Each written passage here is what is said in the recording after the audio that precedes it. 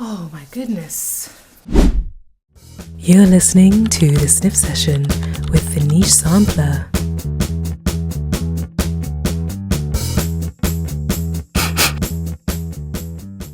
Hello, happy May. And thank you for your patience as I ghosted you for a month. But I'm ready to be back. I'm ready to smell with you. I'm ready to sniff with you and yap and chat and discuss all things fragrance. April was quite a whirlwind of a month. So many weird things happened. I got ill at some point. I got migraines for the first time in my life. Not a vibe. Do not recommend. And so I really thank my lucky stars that I had never experienced them before that. And yeah, I'm excited to move forward into new beginnings and continue on our fragrant olfactive discovery path together. Of course, one of the reasons why I was a bit absent was I filmed my last episode about 10 days before I defended my thesis. So I am officially a PhD. So it would be appropriate to call me Dr. Niche Sampler, which I don't want you to do. And I've also received all the congratulations. So if you are fixing to type congratulations, I already appreciate you and I thank you. I feel congratulated enough. And honestly, I was reflecting on what it means to achieve milestones and what the purpose of dreams are. Because of course, for the longest time I wanted a PhD. I wanted to do empirical research and contribute to the expansion of human knowledge. And I've done that in a very niche way. And I'm satisfied. I don't know what else there is. I'm enjoying just being alive and being present in the moment. I'm enjoying creating. I'm enjoying other people's creations. I've discovered the art of the Zen tangle, so I've been doing that on the daily, which is just, it's a scribble, but it has kind of some level of concentricness to it. So that's been kind of fun and soothing and relaxing. I have been ill recently, so I haven't really been locked in onto anything, but I've also been watching a lot of TikTok, like a really bad amount, which I'm hoping to augment because I do prefer myself when my screen time is lower than it has been. And honestly, there isn't a lot of inspiration on TikTok anymore. There's a lot of turmoil going on in the world, which I understand. I also have found the perfume space to be in this flux at the moment. We're seeing a lot of shifts in olfactive storytelling. We're seeing a lot of blending of roles, like perfumers and brand founders being the content creators and faces of their brands. We're seeing a lot of content creators collaborating with brands and creating their own stuff, which I think is really cool. And we're also seeing just a blurring of lines, which kind of we discussed a while ago about the definitions of niche, designer, artisan, indie kind of blending together. And now I think what's most important is the actual brand story. Because listen, a perfume brand is a dime a dozen these days. I don't know how people are continuously starting and founding brands, and I don't know where they're getting their funding from. It's obviously a great niche, especially now that we're basically in a recession. And now I just think that brands need to differentiate themselves by really emphasizing their particular value proposition, right?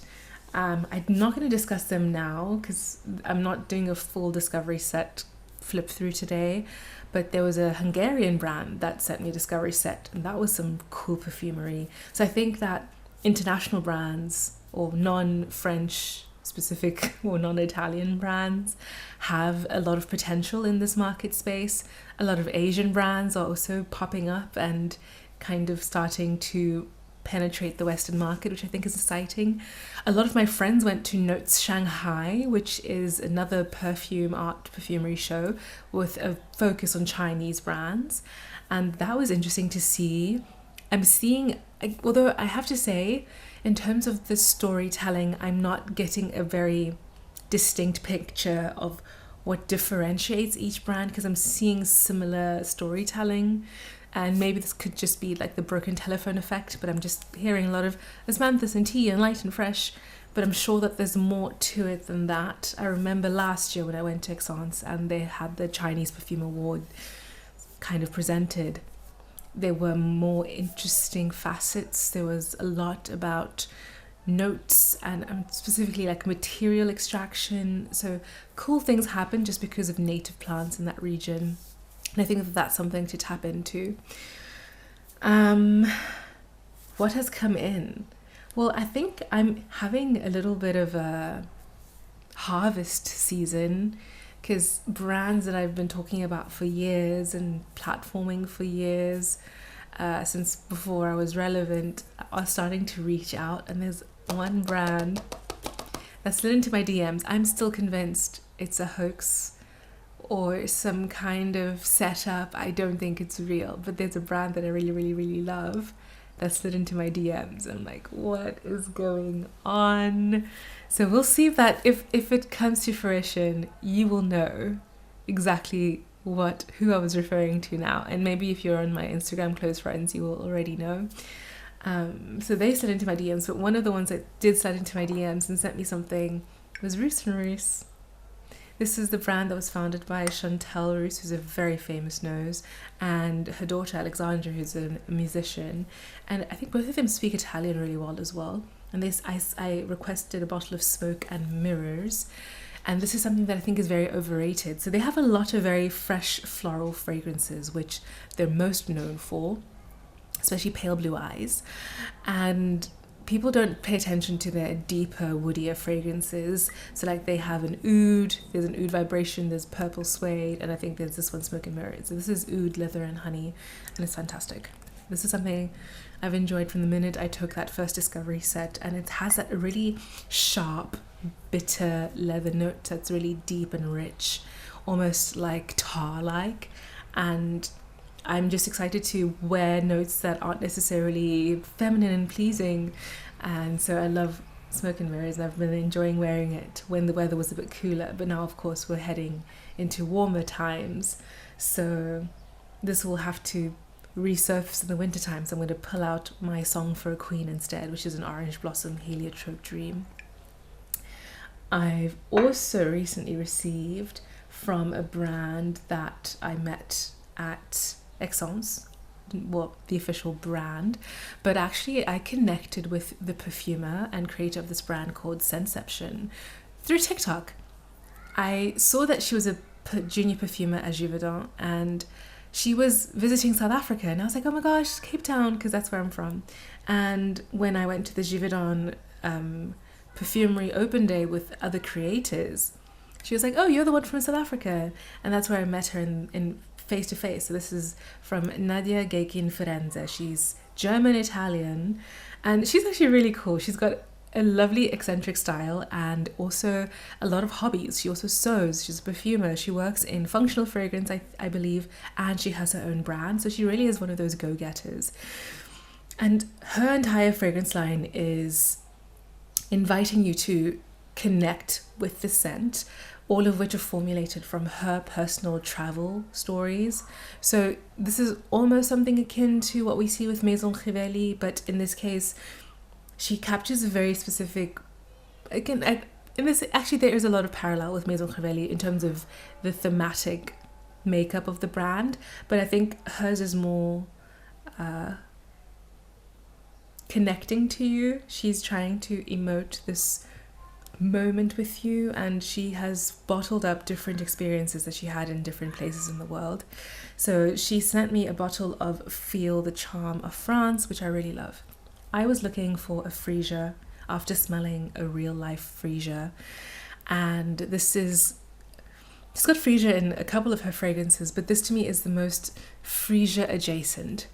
And I don't think it was her intention, but you have that sumptuous white floral aspect. But what I noted in the freesia is that there was almost a little gourmandness to it. It was a bit milky, a little bit delectable. And I find that heightened through the addition of tonka and vanilla. But she also has a lavender in there and more aromatic facets, which to me leans more into that other aspect of the freesia, which is a bit sharp and a little bit green. And this to me is the perfect freesia fragrance, even though it's not necessarily a freesia fragrance. And this to me is supposed to kind of capture the lavender fields in Provence and macarons and from the boulangerie, the pâtissier, sorry, I should say. They don't really sell macarons at boulangeries. And I really love this. This is a beautiful femme, not so femme fatale, it's just like feminine fragrance, which I think is very delectable and cozy, but also chic and refined. And I mean, her perfumery style is excellent. And what else? Of course, I got a lovely gift from Versatile, which is the Parisian brand that makes oil perfumes. And their original line were all like extrait concentration, so about 30% of perfume oil. And now they've come out with a line of eau de parfum, which I think sent people for a loop, because they're still oils. And everybody thought, why are they still roll-ons if they're eau de parfum? But it is an eau de parfum, but as an oil. And they sent me Presse le Citron, which is so yummy. And now I'm basically now a liar when I say I don't like citruses, because I now have 2 citruses, 3 actually, that I really enjoy. And this one is a lovely lemon that's not sharp, like all of the sharpness of the lemon is gone. Then you have a lovely pillowy marshmallow gourmand center. Reminds me a little bit of a meringue as well. So it's yummy, delectable, but it's still refreshing and bright. It's like an appropriate summer gourmand. So I really love that. And I think everything else no.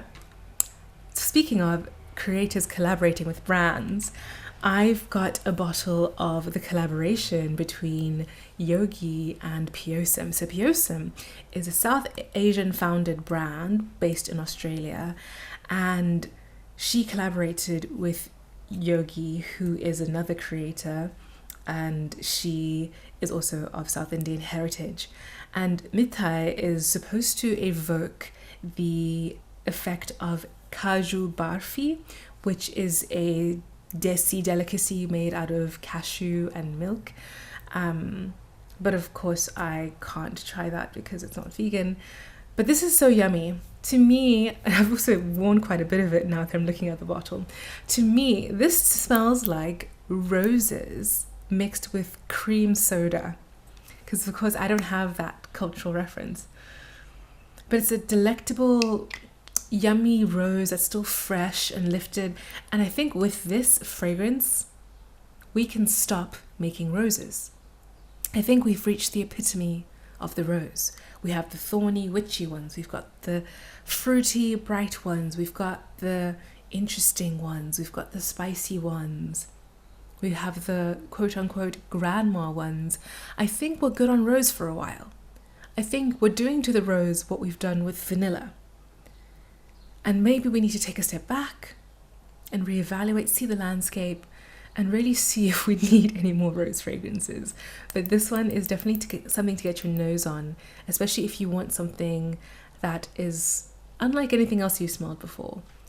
It's not outlandish, it's not something that is going to challenge you. It's really great, but it's also unique, and I love that. There's supposed to be a creamy cashew facet in there that I don't really get, because I think that the spices and the lifted bright rose are so dominant to my olfactory perception. But a lot of people do get that creaminess in, so I think you should definitely give this a try. Well done, and thank you to both parties. Otherwise, I've been wearing freshies, and this is something that also came in recently. Something that I picked up at Essence because I was kindly gifted was this little mini of Touche Finale by Jovoy. It's like mimosa and other florals giving you a lovely light floral effect. And they very kindly sent me a bigger bottle because I definitely am draining this juice. Mimosa is my floral of the year so far. I am still seeking my neroli of the year, but this is so lovely. It's almost like the floral version of a light musk. It's something that you can just put on It's bright, it's fresh, it's still quite present, but it's not overwhelming. And that's why I love to put that on often. But mostly I've just been doing musks. I've been doing my Hearsay at 3. I also recently, because I did that voiceover with Kayali for their Fleur Majesty Rose Royal. I don't know if I ever spoke about that, but if you see that painting, this old man painting a picture of Mona Katan, and then there's a voiceover telling the story of Fleur Majesty, that is my voice. How exciting. It's only May, and I've done so many cool things this year. But they sent me however much of Musk 12 they had left in stock.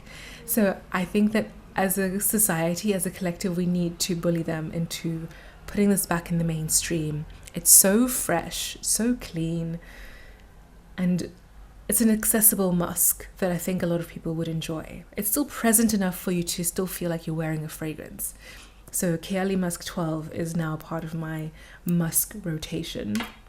For the first time yesterday, I also put on Scottatura, because I think I needed a little Scottatura, because I sat in the sun, I didn't redo my sunscreen, and this is one of Gleam's new fragrances that I've been loving. It's an aloe vera fragrance. An aloe vera fragrance is a little bit watery, a little bit floral, super clean.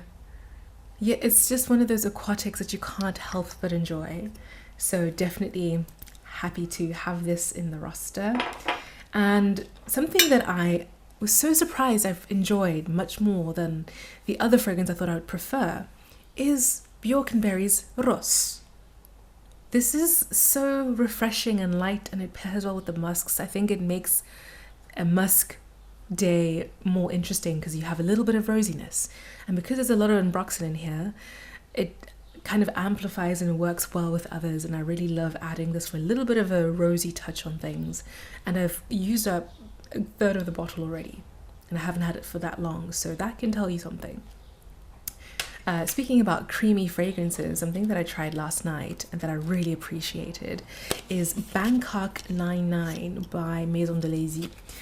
It's a minty, sandalwood, creamy fragrance. I love the copy on this. It says, a fragrance that fluctuates and vibrates, demanding attention and opening a multitude of opportunities. Bangkok 99 is ever-changing, representing the endless possibilities life has to offer us. So it's gardenia, myrtle, and sandalwood. But they also have cinnamon and clove and anise.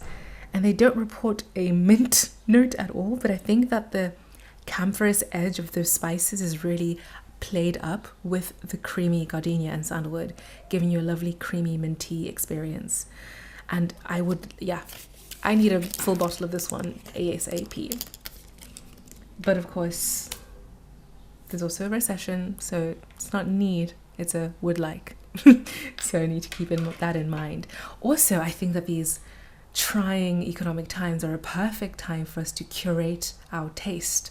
And I was thinking that I really appreciate knowing what I like and wearing what I like. I really like that I'm not one of those people that overly relies on other people's opinion on things that I enjoy. And then this also makes for a much more fun life.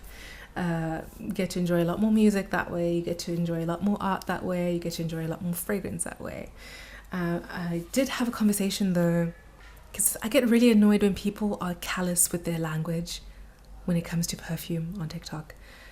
Because everybody's going to have different opinions, but I don't think we should ever posit other people's opinions as a lie or an exaggeration or an overreaction. I think that that's just rude, it's bad manners, it's uncouth.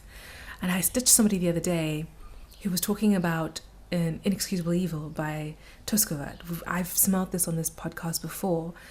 And she was saying that people are pretending like it's so bad. I'm like, no, people are not pretending that it's bad. People are smelling that and saying, I cannot wear this, or this is not something I want to wear, which is a valid opinion. And if you pick it up and you love it and you like it, that's also very valid. I love that Touche exists. I love what they do. I love that they challenge people's sense. I love that they have this artistic ability to really create a moment that captures the essence of the memory, because I mean that's what they do, right? They're supposed to be bottling up memories, and they've got a playlist that goes alongside it, but not everybody wants to evoke that certain memory.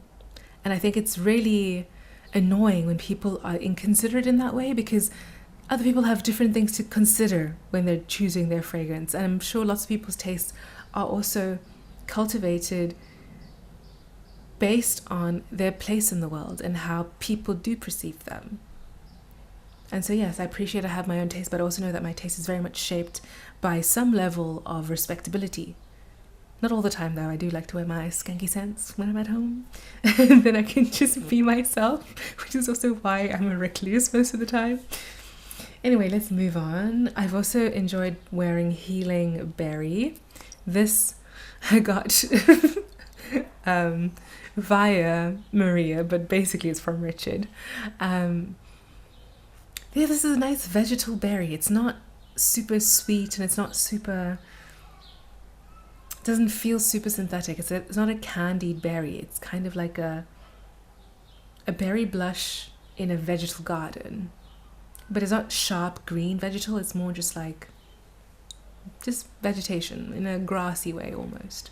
Because I think there's a lot of RS there, and that's kind of the vegetal aspect that I'm picking up on. I never actually looked this up, and I still need to get a Jorum Studio Discovery set. I have a list of Discovery sets that I need to get, but we'll do that slowly but surely. I've just had to fork out and make arrangements to travel somewhere because of administrative stuff that I didn't anticipate, so now I have to be more careful with the budget. But we look forward to getting more Discovery sets later on. And this is something that just literally a few days ago I was wearing, but now it's too warm to wear. But this is Bvlgari Orom. I got this when I went to London and I had a sniff session with Octavian, who is an absolute sweetheart and very kind and generous person. This is why the Perfume Top community is so great. He works at Harrods for Maison, and so he knows everybody on the floor. Everybody loves him. Like, when I walked in, he was like a celebrity. And so somebody very kindly passed this along for me, I think because of Octavian's influence. But this is essentially a spicy vanilla. It's got a little bit of depth there, a slight bit of leatheriness. But this is part of the Bvlgari Le Gem collection, so it's their private line, the fancy expensive line. And unfortunately, it's good. I also have been appreciating much more Anelo from Pernoire, because I can smell the pomelo aspect more now. I think when I was at Aix-en-Provence, I just smelled more the pineapple, but here the pomelo and the pineapple are fused together, and now this is another citrus I really like. Turns out pomelo is a citrus I like. and it's just so vibrant and juicy and bright. I cannot wait to appreciate this more. I don't think I'll wear it in the scorching heat because I'm still in the mode of just wanting to be airy and light, so I'll still stick to my airy floral and my musks. But every once in a while, when I want to be juicy, vibrant and bold, Anelo will be seeing its time in the public. And of course, I've been appreciating Vow Factor now. It's finally spring, it's finally warm, fig, florals. The doorbell rang, and I was just finished my thought. I said it was a good idea to make this into a candle. But this is exciting mail because it's nothing regulatory. This is from, well, the man said it's a UPS post, and if it's a UPS, we can only expect it to be from one place, which is the US. So we can unbox it together.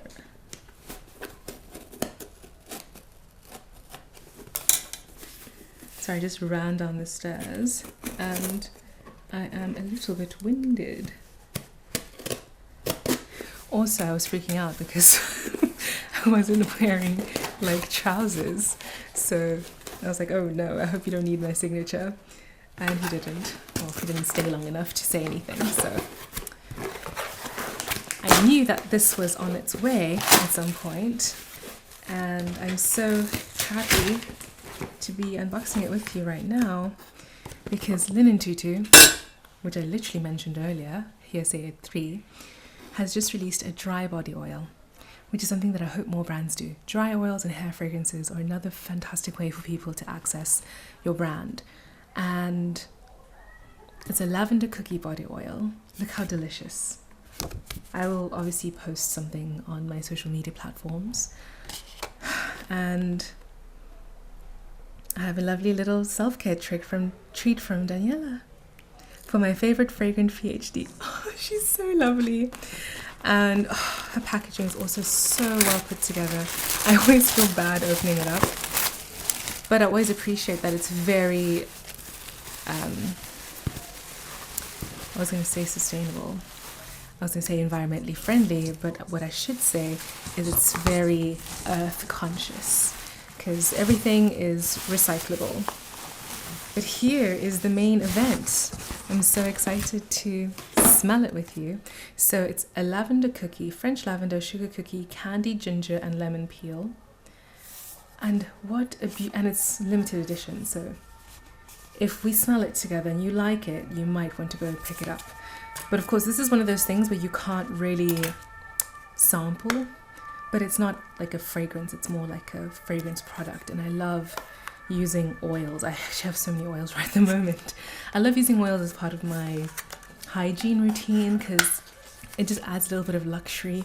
I love putting a little oil on after I've moisturized and then using a body gua sha that I got from Lancome.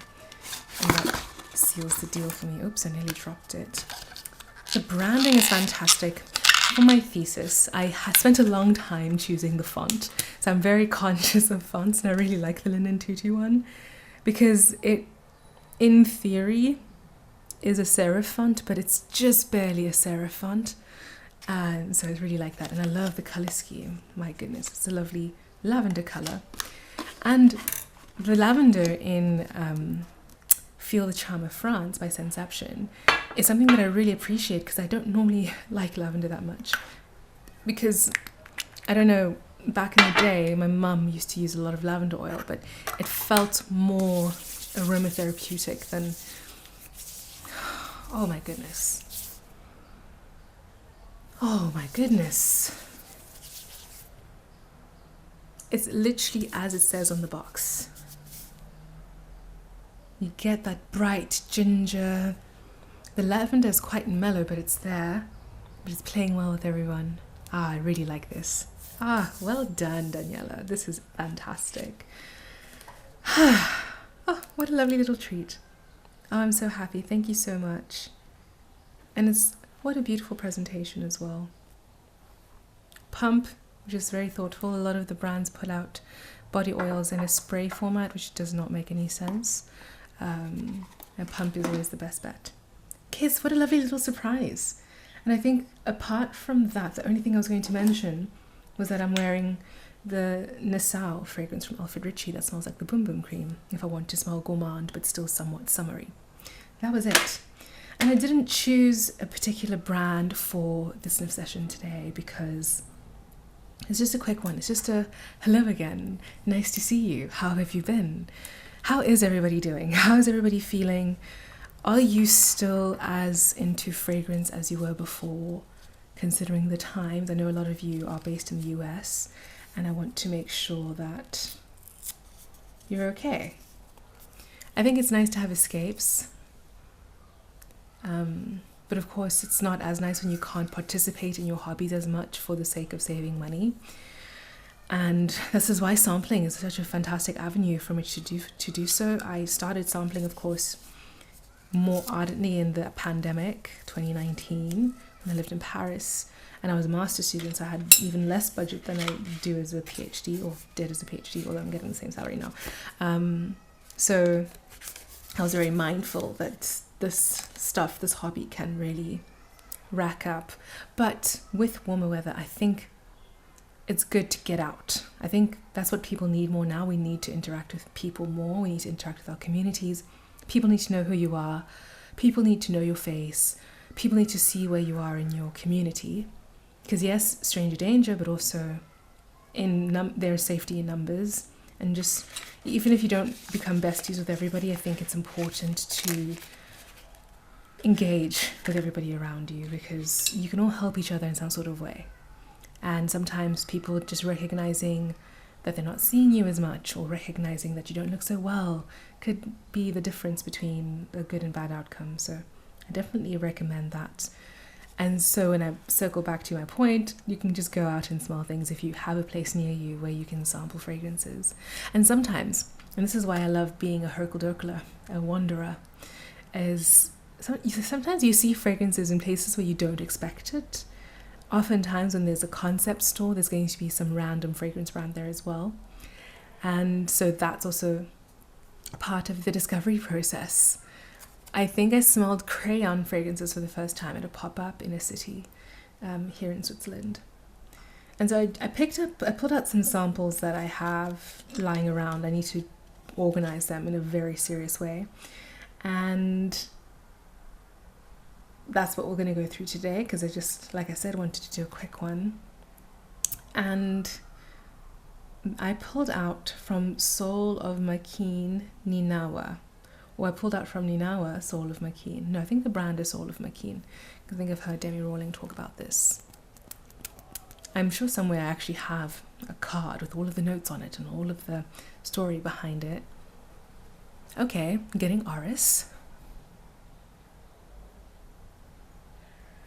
Something slightly spice, something slightly woody.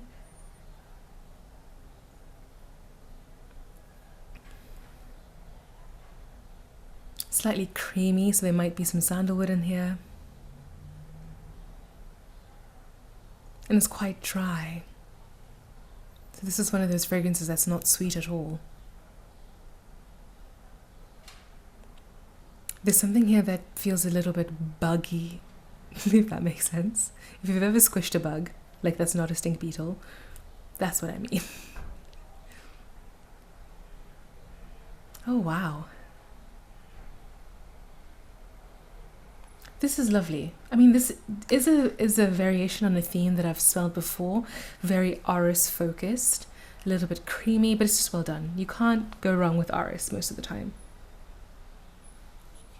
And then Boha by Jeroboam is something that I wanted to revisit because I think it's underrated. But when I see the note profile of this, it's like almond blossom and such things. I think it's categorized as a floral, but to me, when I last checked, it was a musk. So Jeroboam is one of the other houses from Jovoy Berries, and they have extracts exclusively. And yes, okay, I see it's slightly almondy, slightly floral. But this to me is still very fresh, clean, light. This is lovely. Yeah. This is one that's underrated. Boha by Jeroboam. Niche sampler approved. And I also wonder, because when I've been talking about things being stale in the perfume world, I've also noticed that things that are popular right now, it just feels like everybody's going through the motions. I haven't seen anybody really excited about anything lately. And maybe that's because of the general energy in the world, but I think there's a lot of room for somebody to bring out something that's paradigm shifting. Otherwise, it just feels like brands are doing their releases, people are getting the PR, they're talking about it, and then we wait for the next one.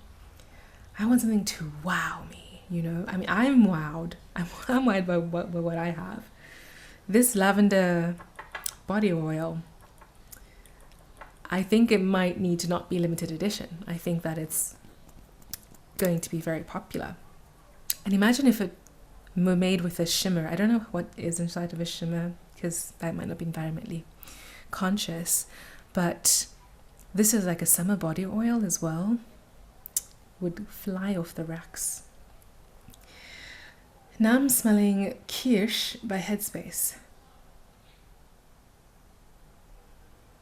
Yeah, this smells exactly like the cough mixture I had to take when I was a kid, when I was very sickly. But I love most of the Headspace stuff. I love the Jaunière. I love the juniper one. The sandalwood champagne is fantastic. This one, not so much me. Oh, unfortunately, I was invited to their launch for their next fragrance that they've done with Dominique Ropion, but I can't make it. I can't just go randomly to Paris in the middle of May. I need to be considerate of my budgetly budgetary constraints and also the fact that I need to look for a job. But it would have been amazing to go. But I mean, also going to Paris just for a day is a little bit sad. But I'll probably go later on in the year and I can always connect with people. I mean, the time will come. We can always just be patient. Everything's always working out, so it's going to be okay. Now I've sprayed Atelier des Ors, Jeu des Anges, Que des Anges, Jeu des Anges. Okay. I think Emma of the perfume room really likes this one.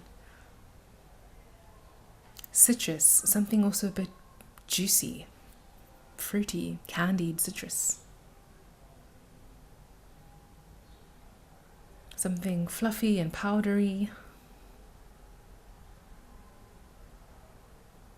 There's something in here that just disturbs me ever so slightly. And again, this solidifies my take on citruses. Not always my favorite. I need to revisit the citruses and the nerolies I have in my scent collection so that I might rediscover one that I really like, but I'm still on the hunt for my neroli. Now we're doing Malario by Roos and Roos. I actually had wanted to sample this, but it turns out my past self preempted me.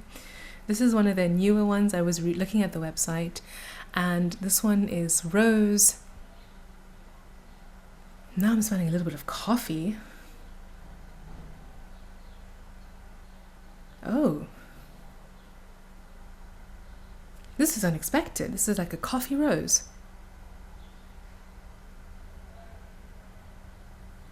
But maybe it's supposed to be deep and earthy, because when I spray La Terre la Nuit sometimes I get coffee, but powdery, floral. I think the copy said this is supposed to be focused on the rest of the rose rather than just the bud itself. Well, this is actually very interesting. I don't know if I would go out of my way to acquire this and wear it, but I will play with it on skin just to see what else it does. And we have another one from the Le Gem collection from Bvlgari. Excuse me. A deep and opulent fragrance crafted around accords of woody black musk and fascinating oud.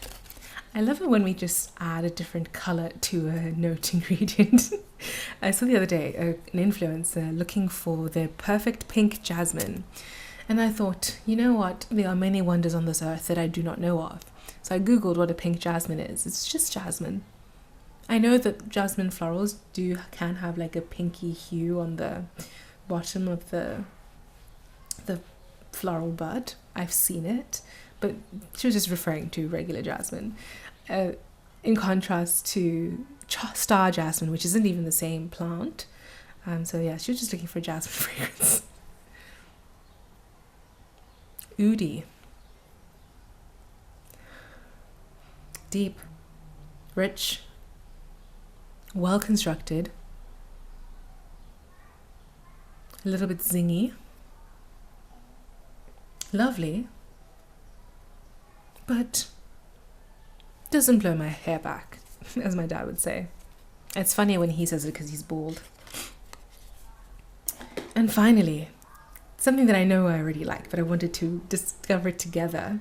This is Naomi Goodsir's Nuit de Bakelite. So tuberose lovers around the world would have heard of this one. And listen. Oh, first of all, you're getting punched by this greenness. I can already see the sepals of the tuberose, the stem of the tuberose are coming out head first. Then we're getting into the floral aspect of it, but we're getting a little bit of a camphorous mintiness. And now we have that luscious white floral heart that's a little bit bubblegummy. And this is such a projector. I think Richard, thank you for the sample. He gave it to me and it was bubble wrapped by itself because it's so powerful. I think it'd actually be a good thing to wear in like a hot summer day because you'll smell good all day, but it's not so unctuous that it would be overwhelming, I don't think. This is like highly saturated tuberose. And what's interesting to me is, for some reason, before you get into the scent, there's like a little bit of a pepperiness that makes you want to sneeze that hangs around it, which is a bit weird. But yeah, fantastic. I see why people rave about this. Is like Hall of Famer kind of scent. But it actually almost feels like it lies between fracas and conoflower in terms of the expression of the tuberose, but both of them amped up. They were combined and amped up. That's what I feel with this one. Is this something I would want a full bottle of? Probably not. I like my tuberose to play with others, and I also have so many tuberoses at the moment I could chill out for a while. Yeah, I mean, conoflower was one of like the first tuberoses I ever fell in love with, and this feels like a better done version of that, with a little bit more of the nod to the traditional tuberose approach in perfumery. Okay, well, I think I need to go get ready and pick up some things. This was so fun. I cannot wait to continue our journey together here, discovering fragrances, and I hope you're doing well. What have you discovered lately? Is there a fragrance that has excited you? Please let me know. And remember to sample before you buy, and as always, happy sniffing.